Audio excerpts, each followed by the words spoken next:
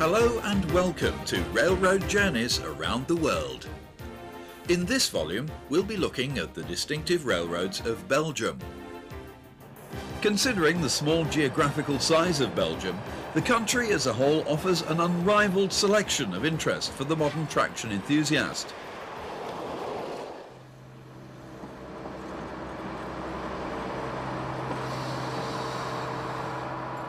As we shall see, there's an incredible variety of interesting classes at work throughout the length and breadth of Belgium, on both local and international passenger services.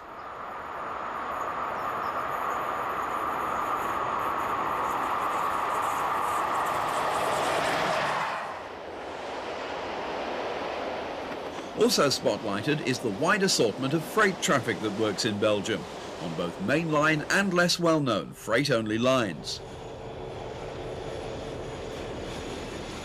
Despite Belgium's close proximity to both the UK and her other European neighbours, the country's fascinating railway network has generated comparatively little international interest. One of the busiest main lines in Belgium runs between Brussels and Ostend, with branches to 3 further coastal termini at Blankenberge, Zeebrugge and Knock. Like many Belgian towns, Ostend has the additional benefit and interest of trams as well as trains. This particular tramway is part of a long coastal route, stretching about 50 kilometres from Knock to De Panne. It's a remnant of the once extensive network of meter-gauge vicinal railways, most of which have now been closed. This imposing facade is a reminder of more prosperous times at Ostend, when the combination of rail plus ferry was the quickest way to travel between London and Brussels.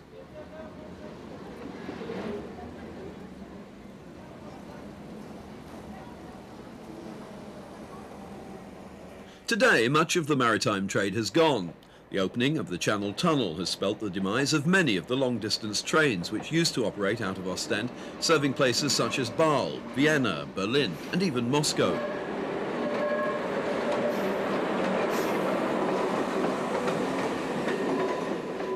On the main line from Bruges to Brussels, there are few impediments to fast running. Trains are scheduled to cover the 96 kilometres in just under an hour.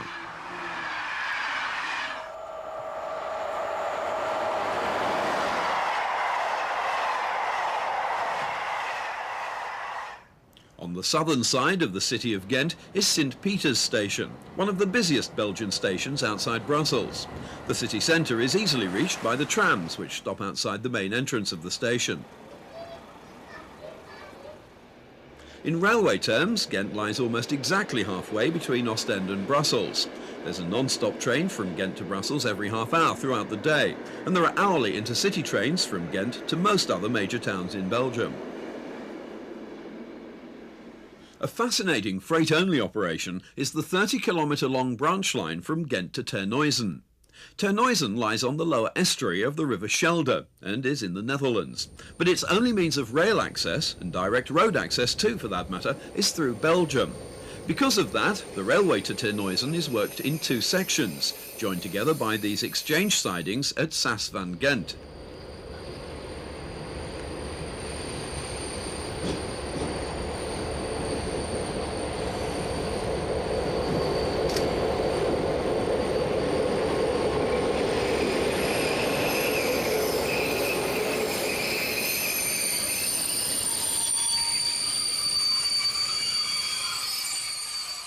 Trains for Terneuzen are brought as far as Saas van Ghent by a Belgian locomotive, in this case a Class 62 diesel electric, allocated to Merelbeke depot in Ghent.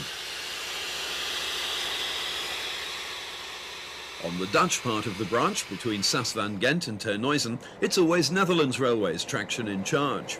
This Class 2200 diesel electric is arriving at Saas van Ghent with a rake of chemical tanks from one of the private sidings at Terneuzen.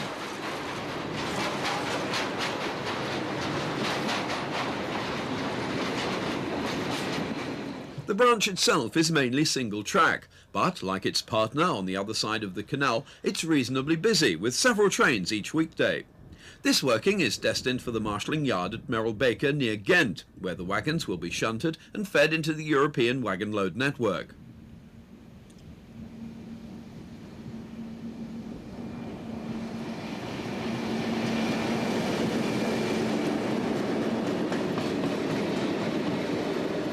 train is hauled by a Class 51 diesel-electric, an early 60s mixed traffic design that can still be seen working in most parts of Belgium, except in the southeastern part of the country, where Class 55s are used instead.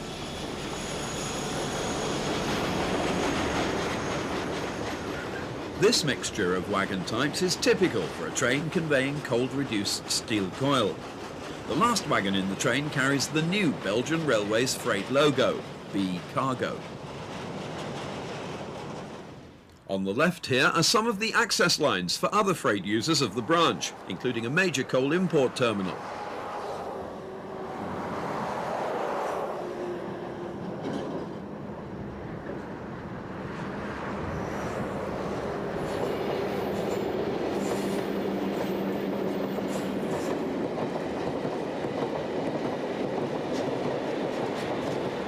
For a small country, the Belgian motive power fleet is remarkably varied. There are no less than 15 different classes of electric locomotive in regular service today. The most numerous electric type is the Class 23 design, with a fleet size of 83. The 23s are a useful mixed traffic design first introduced in the mid-1950s, but still performing well today. One of their features is regenerative braking for use when hauling heavy freight trains.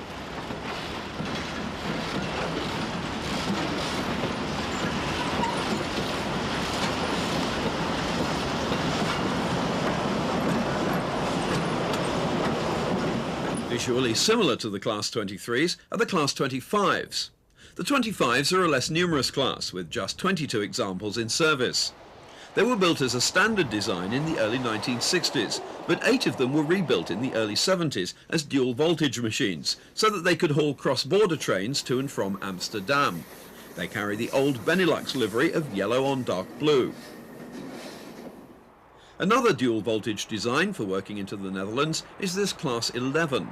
A fleet of 12 Class 11s was built for the Brussels to Amsterdam intercity service in the mid-1980s.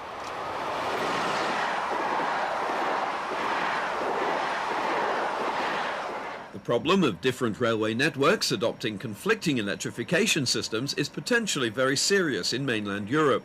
The ultimate inflexibility has to be these Class 16 and Class 18 locomotives, which are capable of working on 4 different voltages, although these features obviously involve extra construction and operating expenses. The Class 18s have unmistakable French styling and are based on the successful SNCF CC 40100 class.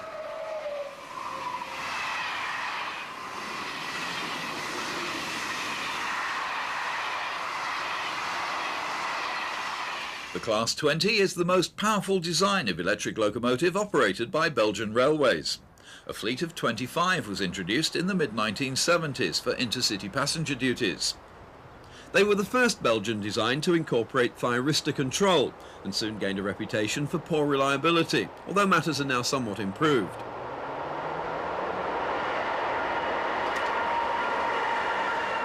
The Class 27 was the first of the 1980s generation of Belgian electrics. It's a design that was developed after experience with the Class 20. A total of 60 Class 27s were built between 1981 and 1984, and they can be seen all over the Belgian network on both passenger and freight duties.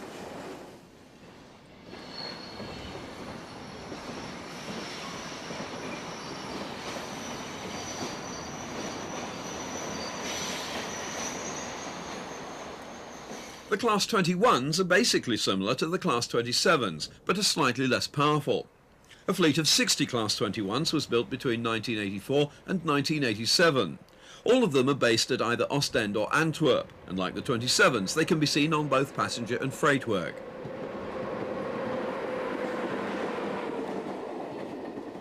Another mixed traffic design that's equally at home on freight or passenger is the Class 26, a design first introduced in the mid-1960s.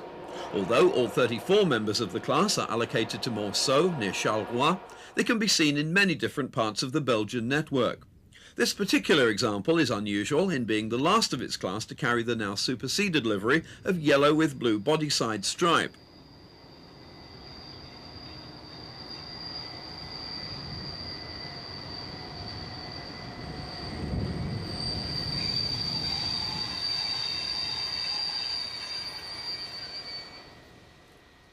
There are 7 different classes of mainline diesel traction in Belgium. Classes 52, 53 and 54 all basically belong to the same family. They were originally a no-hab General Motors design, dating back to the early 1950s. The second locomotive in this pair still has its original cab, but all the other survivors have now had their cabs replaced.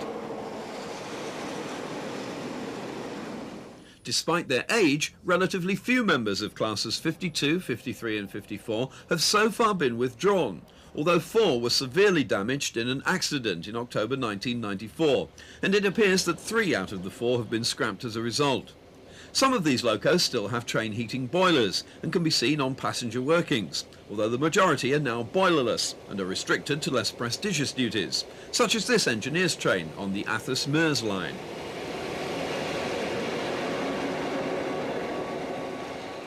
The Class 51 was first introduced in 1961.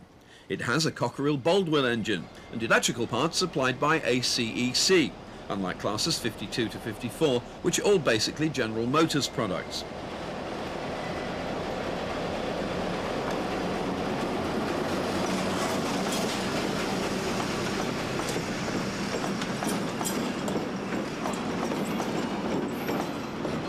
Examples of the Class 55, which is an enlarged and more powerful Coco version of the Bobo Class 62, can be seen on freight and occasionally on passenger trains, mainly based in the Liège area in the eastern part of Belgium.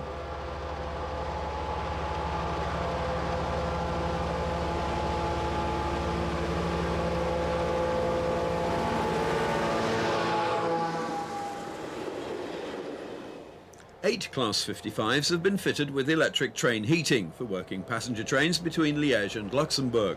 They carry this non-standard blue and yellow livery instead of the usual yellow and green.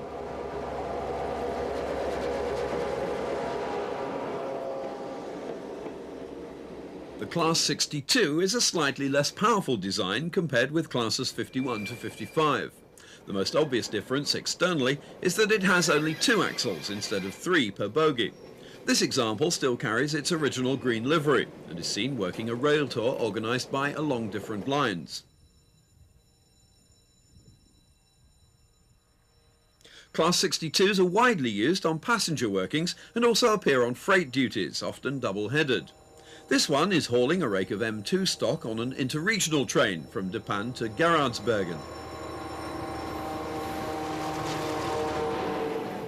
Surprisingly, the Class 75 isn't a mainline loco. In fact, it's a shunter, used mainly in and around Antwerp docks.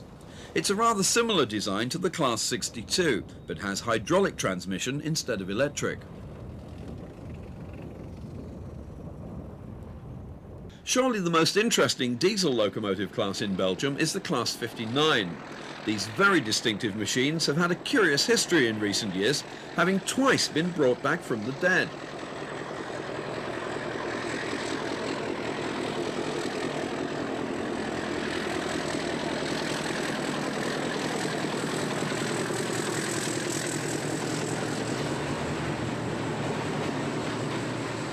The Class 59s were first introduced back in 1954.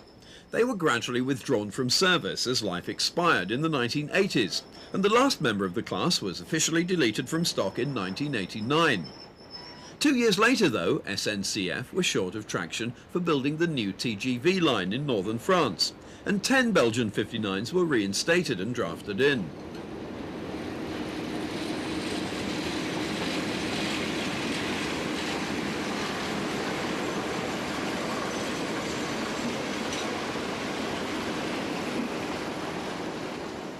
When their use on the TGV line was finished, the 59s were again ready for withdrawal. But then it was decided that they'd come in handy for building the new Belgian high-speed line between Lille and Brussels. So, in the meantime, to keep them in working order, the 10 locomotives returned to traffic on revenue-earning freight duties, some 6 years after their original withdrawal date.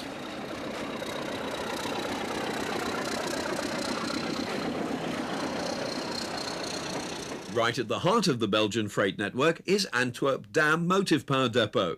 Although the depot isn't open to the general public, there is a nearby road bridge that does give a good overview of the activities at the yard. Antwerp is by far the busiest rail freight centre in Belgium. The city itself is located on the Schelde estuary and has been an important focus for maritime trade ever since the Middle Ages.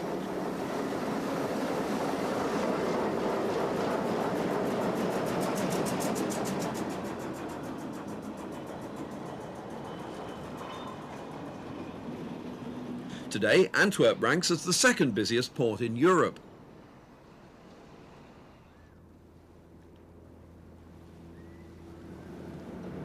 The rail network within the port is extensive, adding up to about 900 kilometers of track in total. Many of the lines run alongside public roads, and there are several of these distinctive lifting bridges.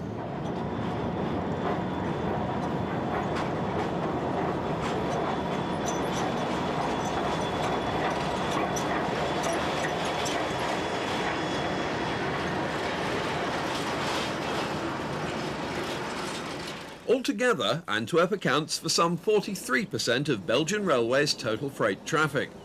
To put it another way, in a typical 24-hour period, there are about 140 loaded trains leaving the port and about 110 loaded arrivals. Most of the traffic is for export or import, but there are also some major flows to and from industries located within the port.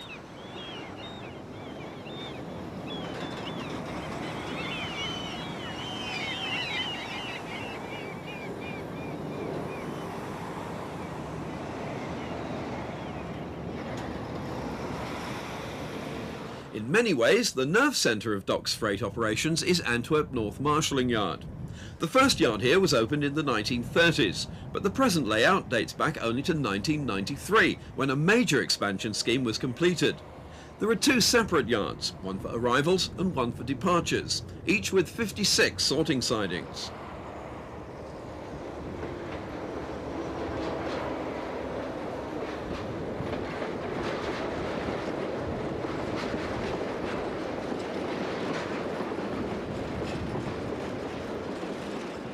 The yard has been fully re-signalled and equipped with a computerised control centre to make it the most modern of its kind in Belgium.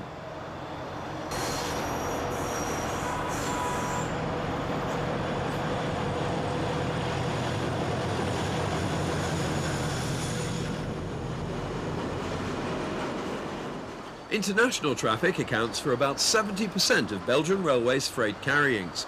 One of the busiest international arteries is on the main line to the Netherlands.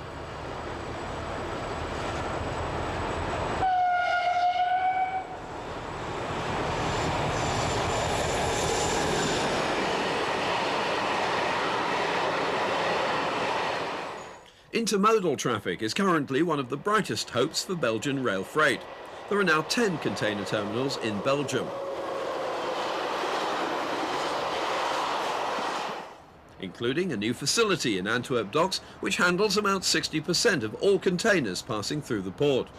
Recently, Belgian Railways has acquired 300 new intermodal wagons and has introduced a number of new trunk services, mainly on long-distance routes to and from southern Europe.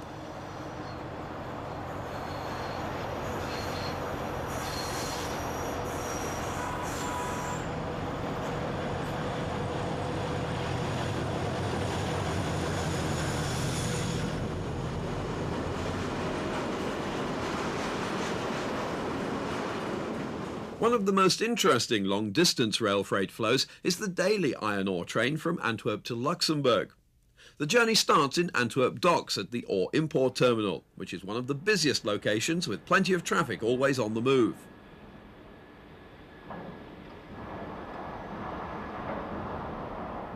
The bulk import terminal, which handles iron ore, also handles coal and coke.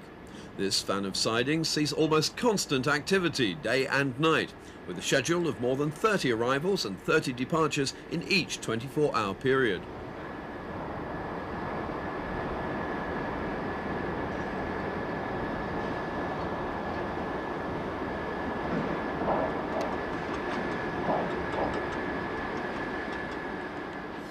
Surprisingly, considering the regular volumes of traffic, the main route from Antwerp to the south is not all quadruple track. This stretch between Antwerp and Mechelen has two main claims to fame. It was the first railway line to be built in Belgium, opening to traffic in 1835, and it was also the first line in the country to be electrified, precisely 100 years later in 1935.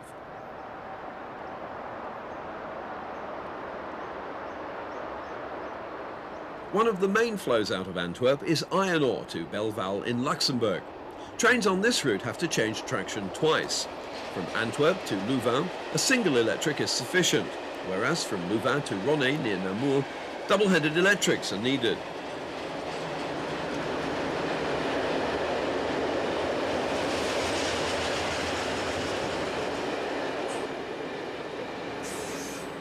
From Ronnay southwards, the same train is then diesel-hauled as it follows the highly scenic Athus-Meurs line via Dinant and Bertrice. This line is one of three roughly parallel railway routes linking Belgium with Luxembourg. The middle route via Libremont and Stockholm is already fully electrified and carries mainly long-distance passenger traffic, while the other two routes, including this one, are still diesel-worked at present and carry a mixture of passenger and freight.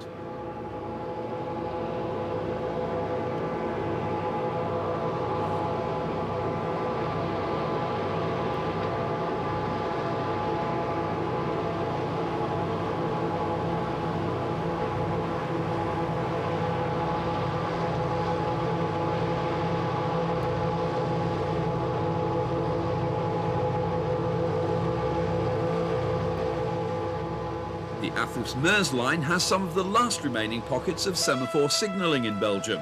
This splendid bracket is guarding the entrance to Vonnesch Tunnel, roughly halfway between Dinant and Bertrice.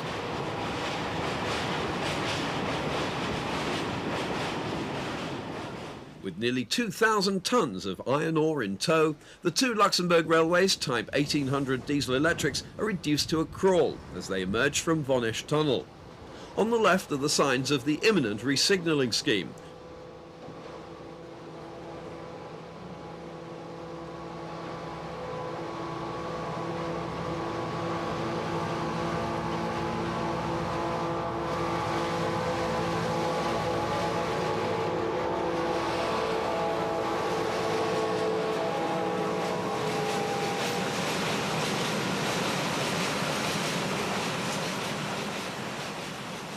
Haulage of freight trains on the Athus-Meurs line is shared between Luxembourg and Belgian railways. This particular working always produces Luxembourg traction, while other trains on the route are hauled by Belgian locomotives.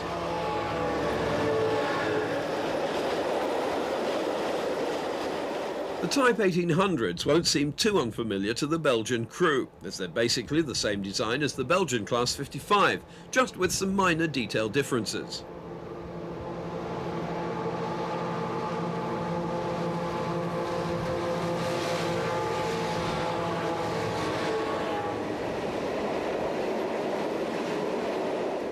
Another regular freight flow on the Athus-Meurs line is steel coil.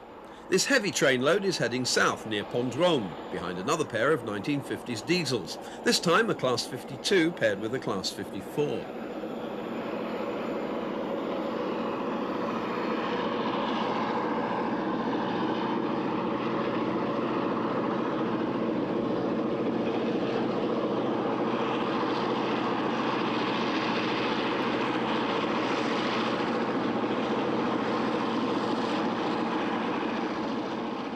The second locomotive of the pair, number 5404, is unique on Belgian railways in having retained its original USA-style rounded cabs.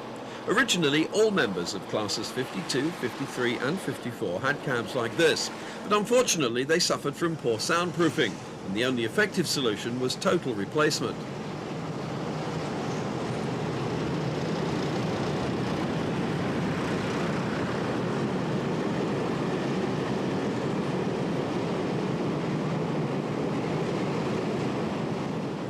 The Luxembourg-bound consist is now approaching the disused station of Pont-Drôme. Both Pont-Drôme and its neighbour Vonnesch were closed to passenger traffic in September 1993, along with 30 other lightly used Belgian stations.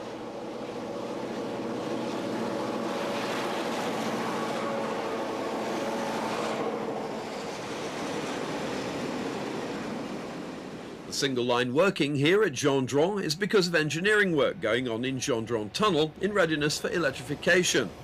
This northbound rake of empty steel wagons is a balancing working to the loaded train which we've just seen at Pondrome.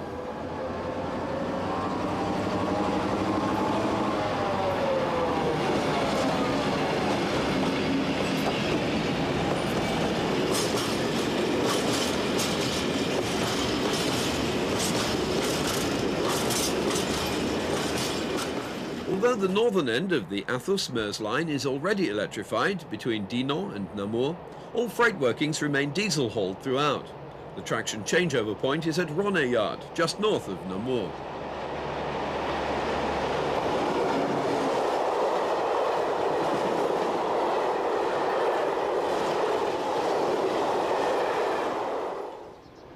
Passengers on this attractive line are afforded some of the most scenic views in Belgium.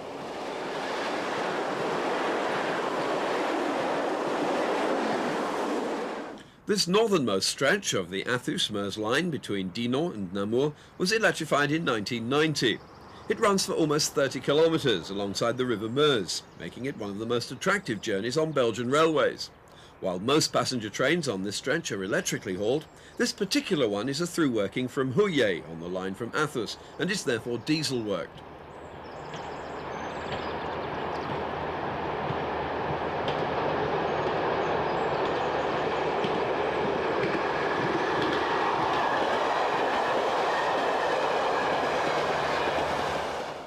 This push-pull service that runs in the summertime only caters mainly for tourist traffic to and from the beautiful Ardennes region.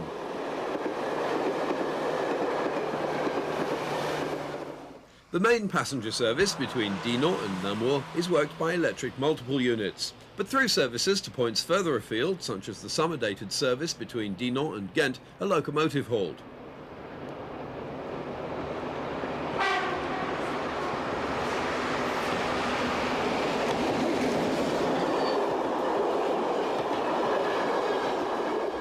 Dinan is also the northern limit of one of Belgium's most interesting preserved railways. Since 1990, the preservation group, known locally as the Chemin de Fer à Vapeur des Trois Vallées, has taken over operations on the 23-kilometre line from here at Dinan to Givet in France. A summer-only service is now operated along the line, mainly using diesel railcars, but with some steam working at weekends.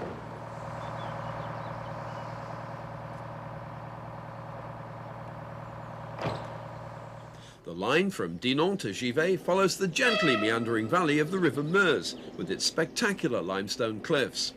This Class 46 railcar is just emerging from the one tunnel on the line at Anserem.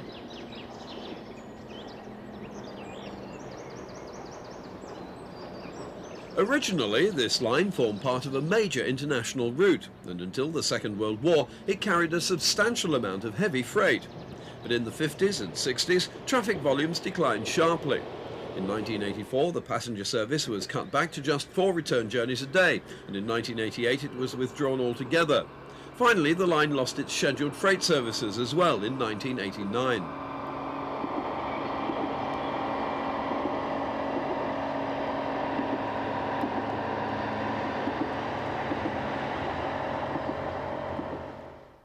The main focus for the rail network in eastern Belgium is the city of Liège. The countryside and railways in this part of Belgium are particularly attractive and well worth exploring. Here at the mainline station of Liège-Guillemin, a Class 21 electric is just departing towards Brussels with a rake of M4 coaches.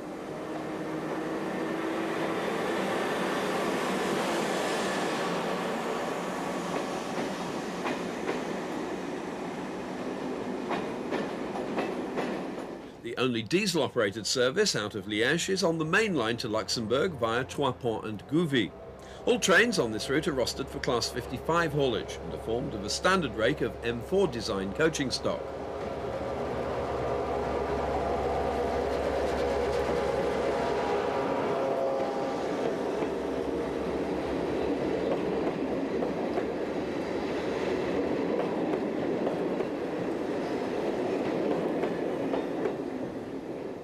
The line via Trois-Ponts and Gouvy is the easternmost of the 3 roughly parallel railway routes from Belgium to Luxembourg.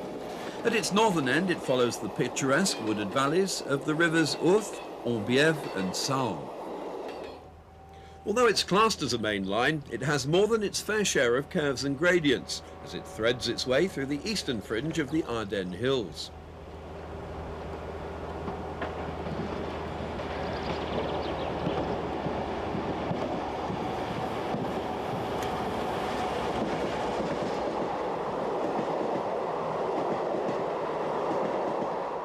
As an economy measure in the early 1990s, a 25-kilometre long stretch of the line was reduced to single track, with just one intermediate passing loop. Gouvy is the last station in Belgium before crossing over into Luxembourg. Electrification reached Gouvy from the Luxembourg direction in 1993, although most passenger trains continue to be diesel-worked under the wires in order to avoid a locomotive change. The wires here have been energised on the standard Luxembourg system of 25 kilovolts AC.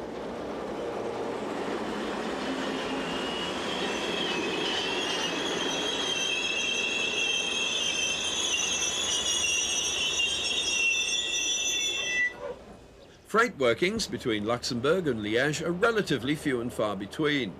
There are usually just 2 or 3 scheduled services during daylight hours. Photogenic triple-heading workings like this aren't either normal or, strictly speaking, necessary. This was just an easy way of getting a spare locomotive back from Gouvy to its home depot at Liège-Quincampoix.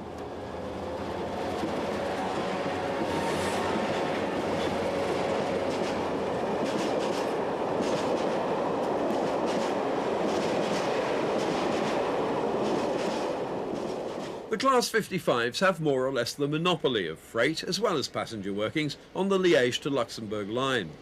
This trio is slowing to a halt just outside Trois Ponts station in order to wait for a southbound passenger train to clear the long single line section from EY.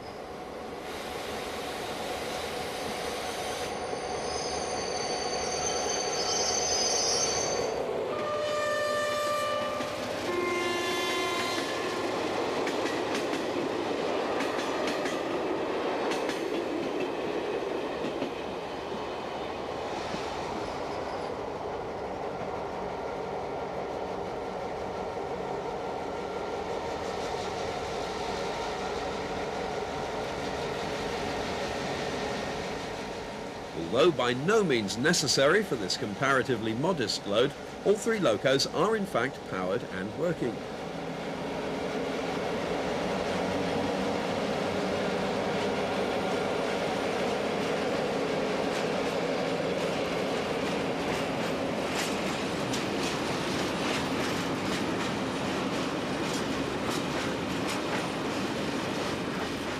An attractive secondary route in the Flemish-speaking northern part of Belgium is the cross-country line from Ghent to Geraardsbergen.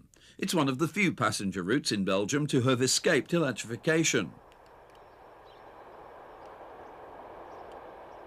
The usual motive power on this pleasant rural route is a Class 62 Bobo.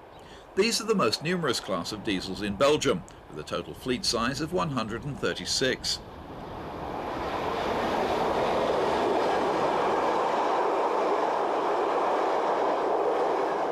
Loco hold action like this may not be particularly viable in today's cost-effective railway age, but it certainly looks impressive enough.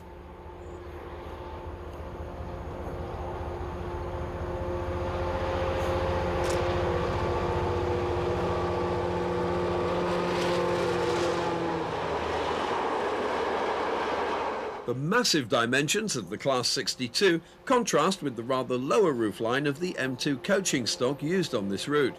The M2s were built in the late 1950s, but have a number of modern features, including sliding doors and electric as well as steam heating.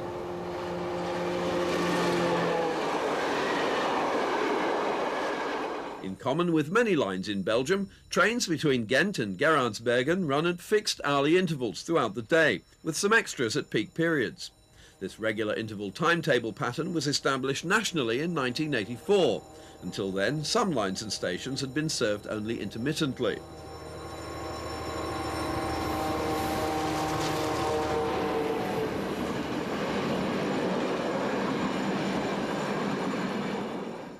One of the largest centres for railway preservation in Belgium is here at Marienburg, on the northern fringe of the Ardennes. This is where the Chemin de Fer à Vapeur des Trois Vallées, the Three Valleys steam railway, has its main base.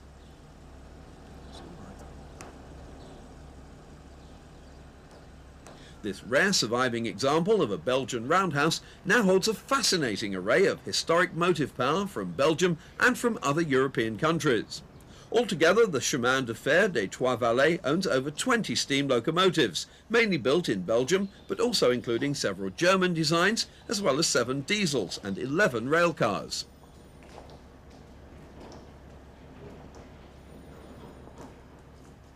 In May 1995, the railway held its annual Diesel Weekend and ran a series of special trains with varied motive power between Marienburg and Troyes.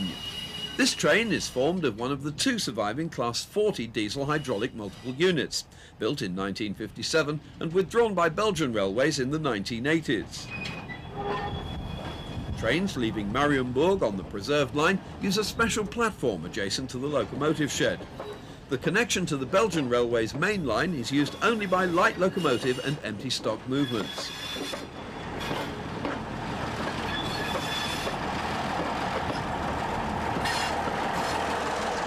A very popular performer at the Diesel Weekend is this former Luxembourg Railways Class 1600 diesel electric, number 1602. It was withdrawn from normal revenue-earning service as recently as autumn 1994, along with the other 2 surviving members of its class. Now it normally resides in the museum of the Chemin de Fer des Trois Vallées at Troyes. The Luxembourg 1600s were almost identical to the Belgian Railways Class 52s.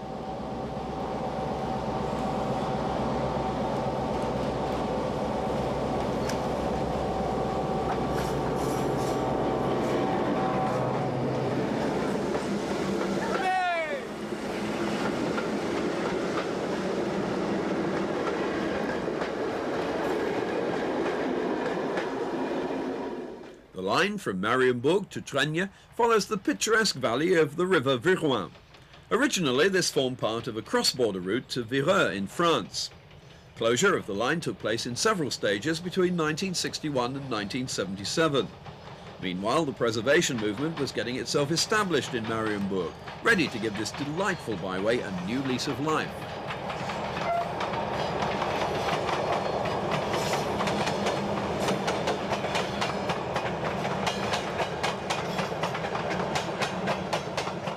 The former frontier station at Troyes now marks the end of the preserved line. The station buildings have been converted into laboratory accommodation for the University of Brussels, while out of sight on the other side of the line is the museum recently established by the Chemin de Fer des Trois Vallées.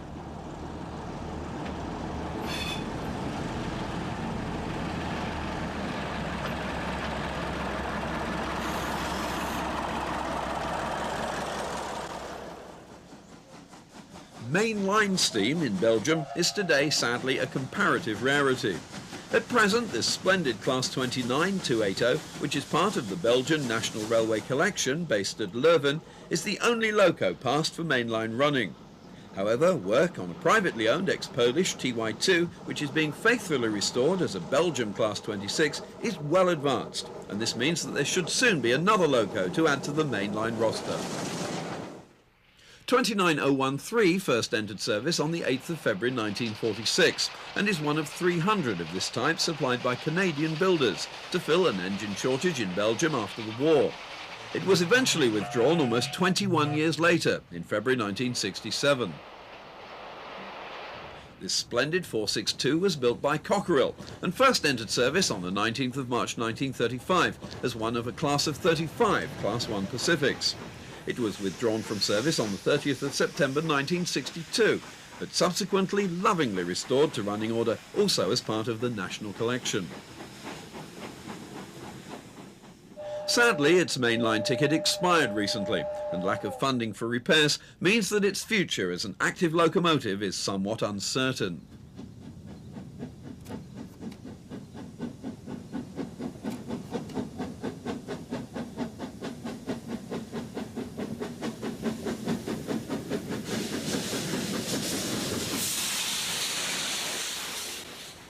Perhaps the most distinctive of steam types from Belgium is this Class 12 streamlined 442. 6 of these locomotives were built in 1939, and they were the last Atlantics to be built in the world.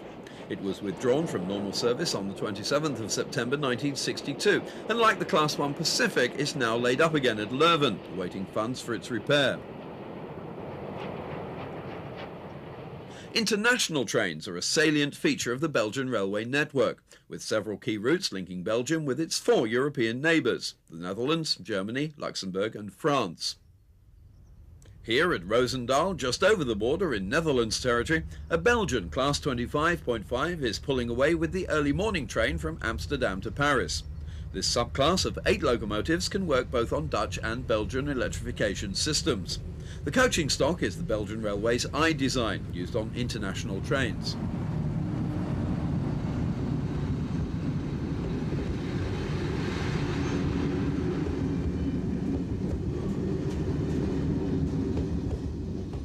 This holiday train from Amsterdam to Portbou on the French-Spanish border is again hauled by a Class 25.5, but this time the coaching stock is a rake of French Railways Corail vehicles.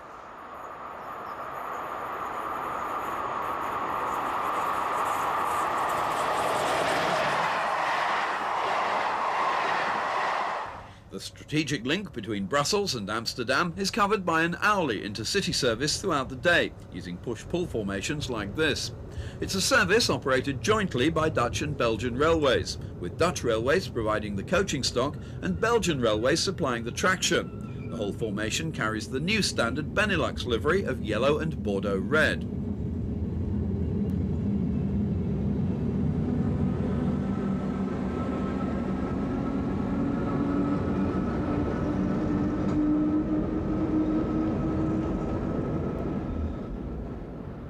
This hourly service is an excellent example of cooperation between neighbouring European railway systems, reflecting the steady growth in international rail travel.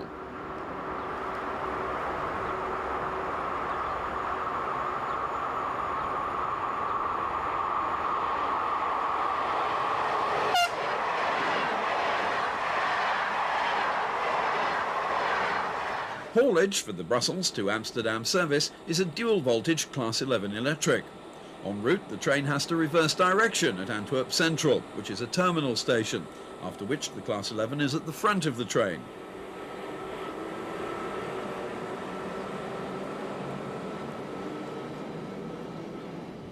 Antwerp is the second largest city in Belgium, with a population of roughly 500,000. It quickly became one of the major nodes on the Belgian railway network, and has an impressively grandiose passenger station to match. It's well worth allowing extra time to explore Antwerp with its superb tram network. Antwerp Railway Cathedral, as it's often called, was designed by the architect Louis de la Sancerie, a native of Bruges. Behind this imposing facade is a train shed canopy 66 metres wide and 43 metres high. Like many other 19th century city centre stations, Antwerp Central is a terminus.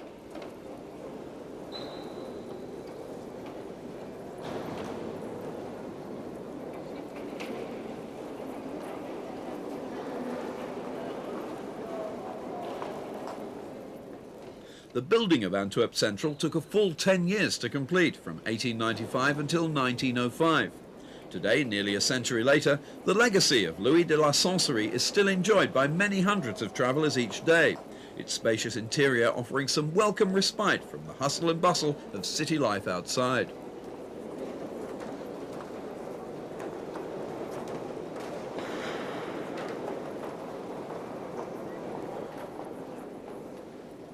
For modern operating purposes, though, the fact that Antwerp Central is a terminus poses a few problems. The planned solution is to build a new through station underneath the existing platforms, on a new north to south alignment.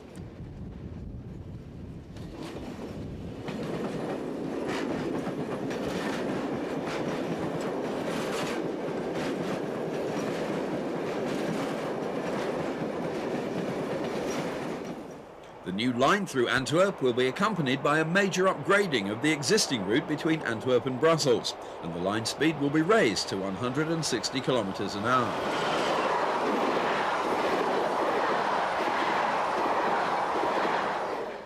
The Belgian capital is served by 3 mainline passenger stations, all of which lie on a north to south route running right through the city centre.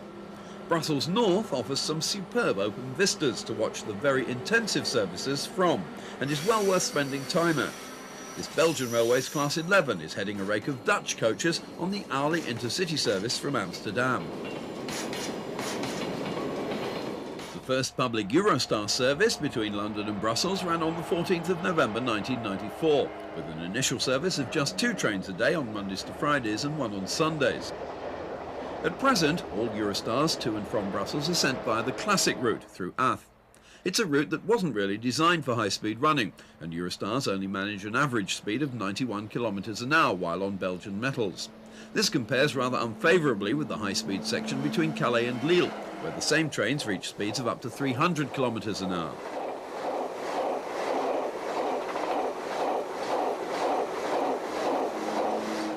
Every day, more than 100 international trains crisscross the Belgian network. Some of them cover a relatively short distance, such as those linking Ostend and Brussels with Hamburg or Dortmund in northern Germany, for example, while others are truly transcontinental services, operating to and from Spain, Italy, Switzerland, Slovenia, or even Russia.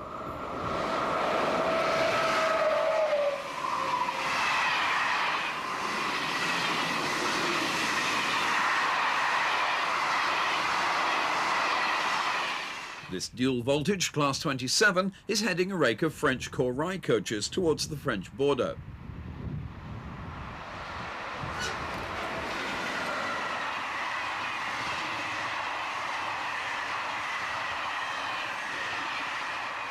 In the east of Belgium, Class 16s can be seen on through trains to and from Germany. At Liège, number 1602 is arriving with the 0532 service from Ostend to Cologne.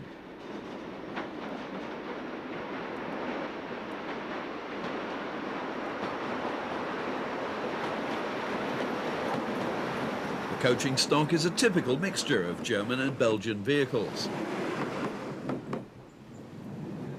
In the opposite direction, sister locomotive number 1603 heads the 0714 service from Cologne to Ostend. Altogether, there are 7 trains a day each way on this important international axis.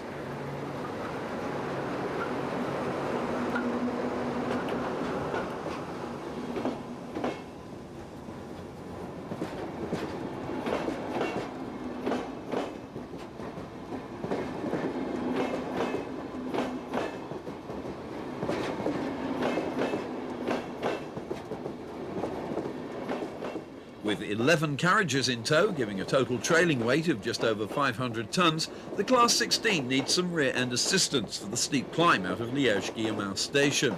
Today a Class 55 loco is deputising for number 2383, which usually performs banking duties here.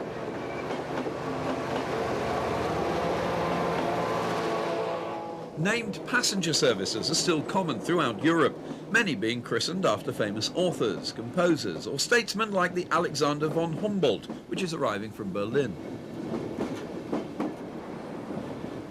Further variety on the rolling stock front is provided by overnight services like this from Brig and Chur in Switzerland, which is routed via France and Luxembourg.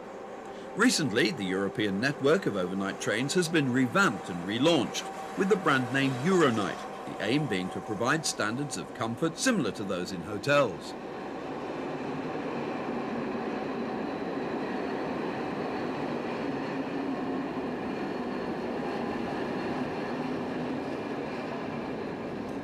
Branching off from the busy east-west main line between Hasselt and Antwerp is an attractive and very well used freight-only branch from Diest to Tessenderlo. The variety and scale of the operation here really has no comparison with anything in the UK today. A Friday morning visit to Diest station produces this westbound heavy freight working, hauled by a pair of Class 51 diesels. The wagons at the front of the train have telescopic sliding hoods for steel coil traffic, while the rear part of the train is loaded rather unusually with huge concrete blocks. Shortly afterwards, a Class 62 arrives with the morning trip freight from Hasselt to Tessenderlo. It'll have to run round here in Diest Yard in order to gain access to the Tessenderlo branch.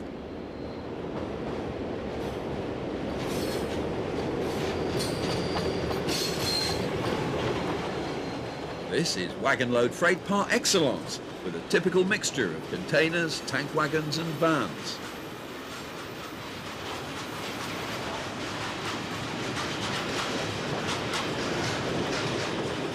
The Tessenderlo branch is about 12 kilometres long and is single track throughout. It used to form part of a through route to Beringen, linking up with another cross-country line from Mol to Hasselt. But the section beyond Tessenderlo was closed some time ago, although the station at Tessenderlo is still used by loco crews.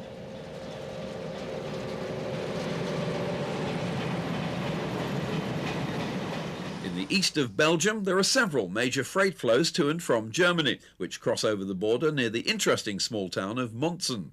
As we shall see, the new open border policy for Europe is already having a dramatic effect on rail freight patterns in this part of Belgium.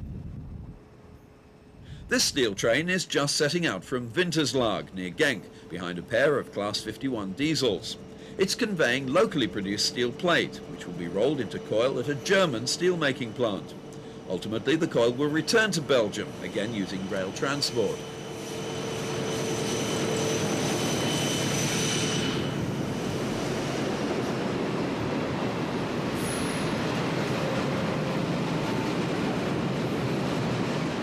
Between Montzen and the German border, the freight-only line traverses this magnificent viaduct as it passes through the once neutral territory of Moresnet. It wasn't until 1919 that Moresnet finally became part of Belgium, following the signing of the Treaty of Versailles. This superb structure, which totally dominates the local village, is an important and well-known local landmark, and is even celebrated on locally available plastic carrier bags.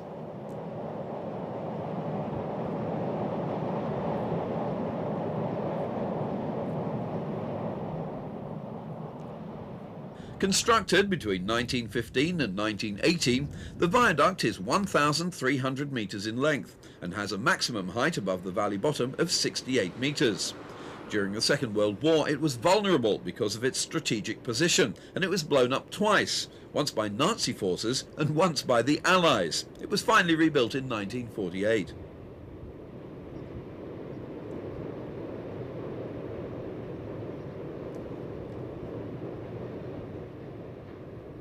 Today the line is as busy as ever with international freight traffic. Until recently it was earmarked for electrification, although Belgian railways have now changed their minds and the funds have been diverted elsewhere.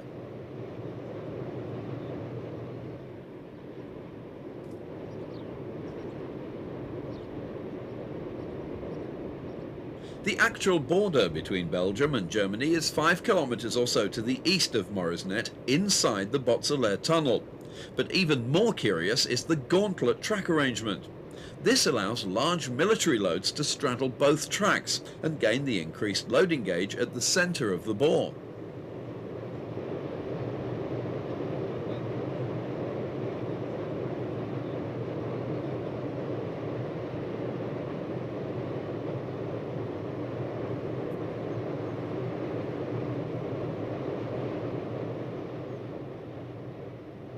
As we've seen during the course of this programme, Belgium has plenty of interesting railway surprises to offer the serious enthusiast.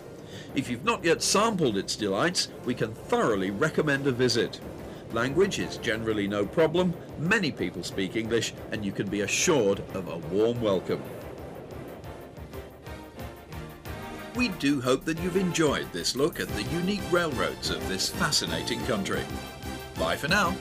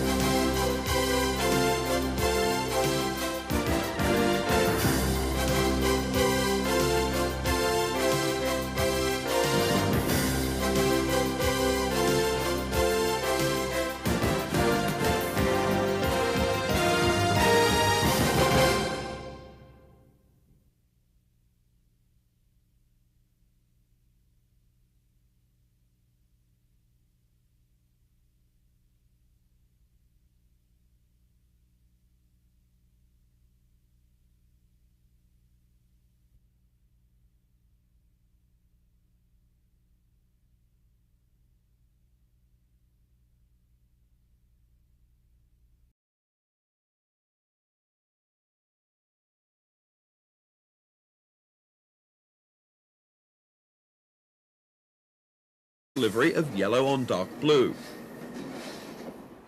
Another dual voltage design for working into the Netherlands is this Class 11.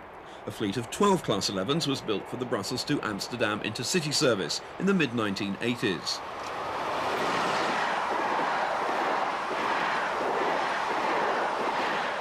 The problem of different railway networks adopting conflicting electrification systems is potentially very serious in mainland Europe. The ultimate inflexibility has to be these Class 16 and Class 18 locomotives, which are capable of working on 4 different voltages, although these features obviously involve extra construction and operating expenses. The Class 18s have unmistakable French styling and are based on the successful SNCF CC 40100 class.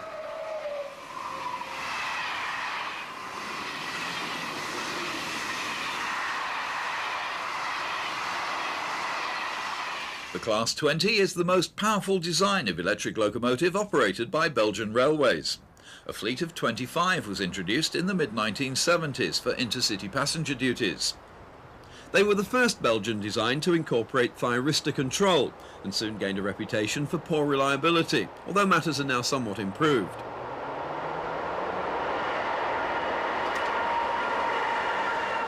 The Class 27 was the first of the 1980s generation of Belgian electrics.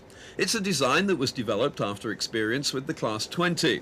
A total of 60 Class 27s were built between 1981 and 1984, and they can be seen all over the Belgian network on both passenger and freight duties.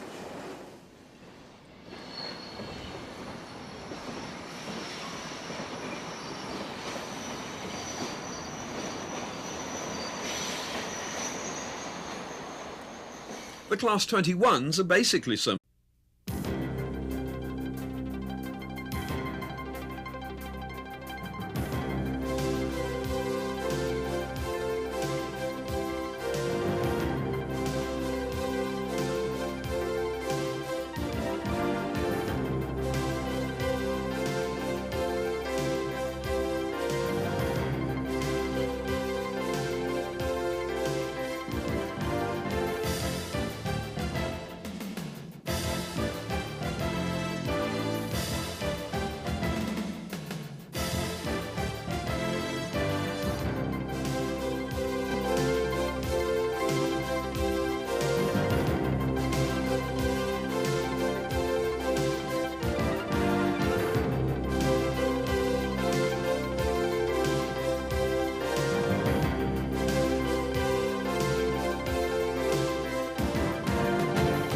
Hello and welcome to Railroad Journeys Around the World. In this volume, we'll be looking at the distinctive railroads of Belgium. Considering the small geographical size of Belgium, the country as a whole offers an unrivaled selection of interest for the modern traction enthusiast.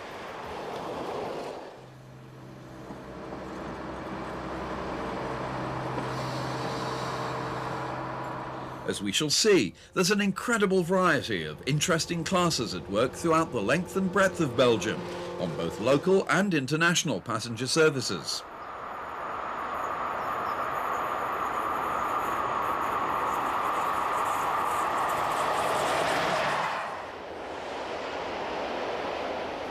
Also spotlighted is the wide assortment of freight traffic that works in Belgium, on both mainline and less well-known freight-only lines. Despite Belgium's close proximity, the train is hauled by a Class 51 diesel-electric, an early 60s mixed traffic design that can still be seen working in most parts of Belgium, except in the southeastern part of the country, where Class 55s are used instead.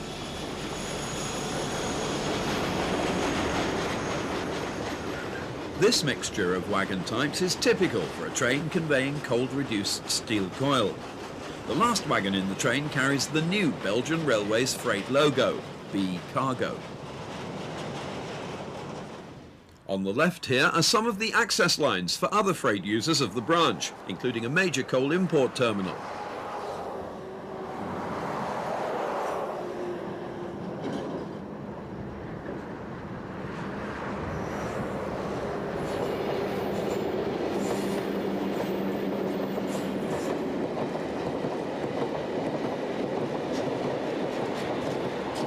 a small country, the Belgian motive power fleet is remarkably varied. There are no less than 15 different classes of electric locomotive in regular service today.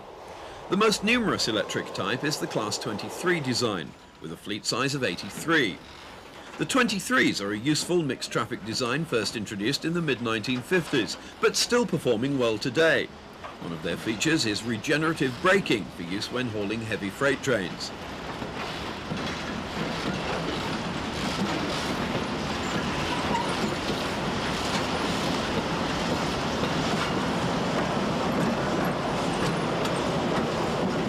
Visually similar to the Class 23s are the Class 25s.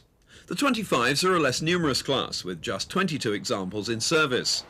They were built as a standard design in the early 1960s, but 8 of them were rebuilt in the early 70s as dual voltage machines, so that they could haul cross-border trains to and from Amsterdam. They carry the old Benelux city to both the UK and her other European neighbours. The country's fascinating railway network has generated comparatively little international interest. One of the busiest main lines in Belgium runs between Brussels and Ostend, with branches to 3 further coastal termini at Blankenberge, Zeebrugge and Knock. Like many Belgian towns, Ostend has the additional benefit and interest of trams as well as trains. This particular tramway is part of a long coastal route, stretching about 50 kilometres from Knock to De Panne.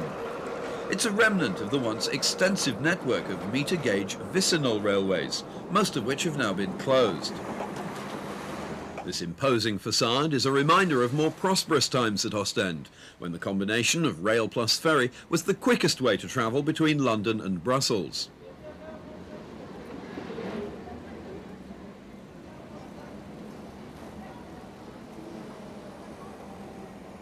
Today, much of the maritime trade has gone. The opening of the Channel Tunnel has spelt the demise of many of the long-distance trains which used to operate out of Ostend, serving places such as Bâle, Vienna, Berlin and even Moscow.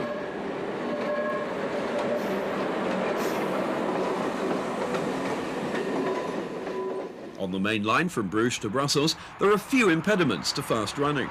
Trains are scheduled to cover the 96 kilometres in just under an hour.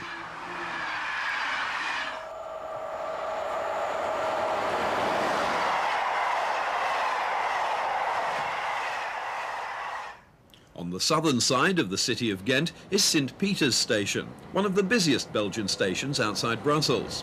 The city centre is easily reached by the trams, which stop outside the main entrance of the station. In railway terms, Ghent lies almost exactly halfway between Ostend and Brussels. There's a non-stop train from Ghent to Brussels every half hour throughout the day, and there are hourly intercity trains from Ghent to most other major towns in Belgium. A fascinating freight-only operation is the 30-kilometre long branch line from Ghent to Terneuzen. Terneuzen lies on the lower estuary of the River Schelde and is in the Netherlands. But its only means of rail access, and direct road access too for that matter, is through Belgium. Because of that, the railway to Terneuzen is worked in 2 sections, joined together by these exchange sidings at Saas van Ghent.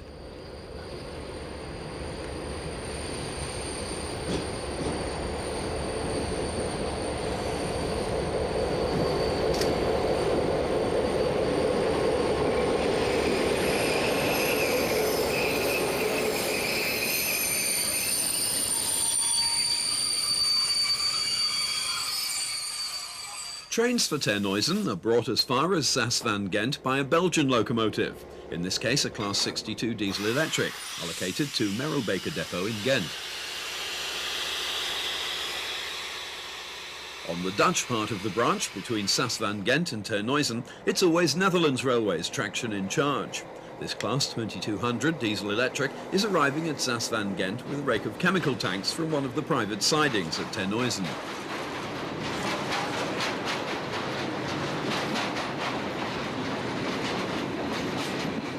The branch itself is mainly single track, but like its partner on the other side of the canal, it's reasonably busy with several trains each weekday. This working is destined for the marshalling yard at Merelbeke near Ghent, where the wagons will be shunted and fed into the European wagon load network.